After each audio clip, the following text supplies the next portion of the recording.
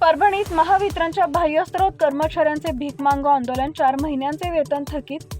महावितरण कंपनीतील बाह्यस्त्रोत यंत्रचालकांचे ऑक्टोबर 2025 ते जानेवारी 2026 पर्यंतचे वेतन 19% पगारवाढ आणि दिवाळी बोनस अद्याप न मिळाल्यानं कर्मचाऱ्यांनी आक्रमक पवित्रा घेतला आहे। प्रशासनानं यापूर्वी दिलेलं आश्वासन पाळलं नसल्यानं संतप्त कर्मचाऱ्यांनी आज 13 फेब्रुवारी रोजी परभणी मंडळ कार्यालयासमोर काम बंद व भीक मागो आंदोलन केलं। वारंवार पत्रव्यवहार करूनही प्रशासनानं दुर्लक्ष केल्यानं कर्मचाऱ्यांवर उपासमारीची वेळ आली आहे। आंदोलनादरम्यान महावितरण विरोधात जोरदार घोषणाबाजी करण्यात आली। जोपर्यंत प्रलंबित मागण्या पूर्ण होत नाही तोपर्यंत माघार न घेण्याचा निर्धार कर्मचाऱ्यांनी व्यक्त केला आहे। टाइम्स ऑफ महाराष्ट्रसाठी परभणी जिल्हा प्रतिनिधी प्रवीण चौधरी यांचा रिपोर्ट। आजपासून सुरू करण्यात आले, यामध्ये प्रामुख्याने काय मागणी आहे? प्रामुख्याने मागणी ही आहे की पहिले तो अगोदर महाराष्ट्र राज्य वीज तांत्रिक कामगार कंत्राटी कामगार संघटनाच्या अधीन राहून यांनी पाठिंबा मागितला आणि आम्ही त्यांना पाठिंबा दिलेला आहे। आणि कंत्राटी कामगारांच्या संघटनेचे अध्यक्ष आमदार माननीय प्रदीप जयस्वाल साहेब आहे, त्यांच्या कानी ही गोष्ट आज मी आता घालणार आहे। आणि विशेष करून सन्माननीय पालकमंत्री आणि ऊर्जा राज्यमंत्री दीदी हे सोमवारी येणार आहे। सोमवारी आमच्या शिष्टमंडळ सुद्धा दीदींना भेटणार आहे।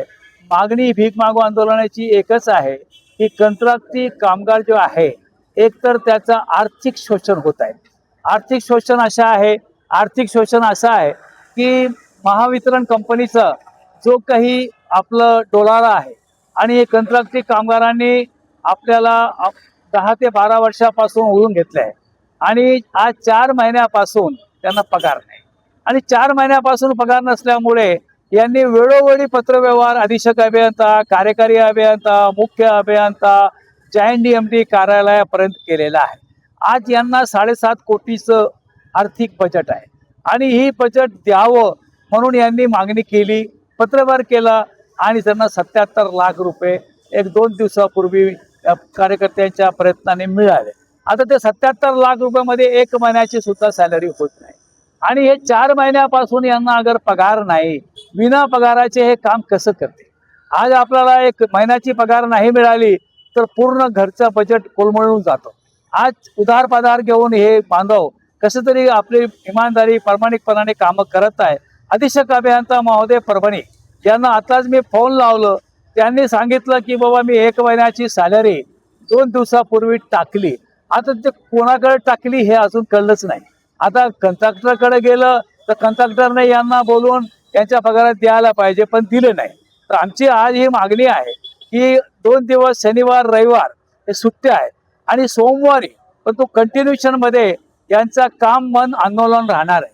आणि काम बंद आंदोलनामध्ये कंत्राटी कामगार जे आज 150च्या वर असतील परभणीमध्ये या शहरामध्ये आणि जिंतूर असतील, R1 R2 सेलू पूर्ण परभणी जिल्ह्यामधले जे काही कंत्राटी कामगार आहे यांनी संघटित व्हावं आणि संघटित होऊन एकमेव अशी जी आहे की प्रत्येक महिन्याला 7 तारखेला पगार मिळाला पाहिजे। आणि महावितरणचा जे कॉन्ट्रॅक्ट आहे, कॉन्ट्रॅक्ट घेणाऱ्या कॉन्ट्रॅक्टमध्ये उल्लेख आहे की महावितरणने अगर सॅलरीला विलंब झाला, काही कारण असतो, बजेट असतो, तर 3 महिनेपर्यंत यांना सॅलरी कंत्राटदाराने दिलं पाहिजे, हे लिखित आहे।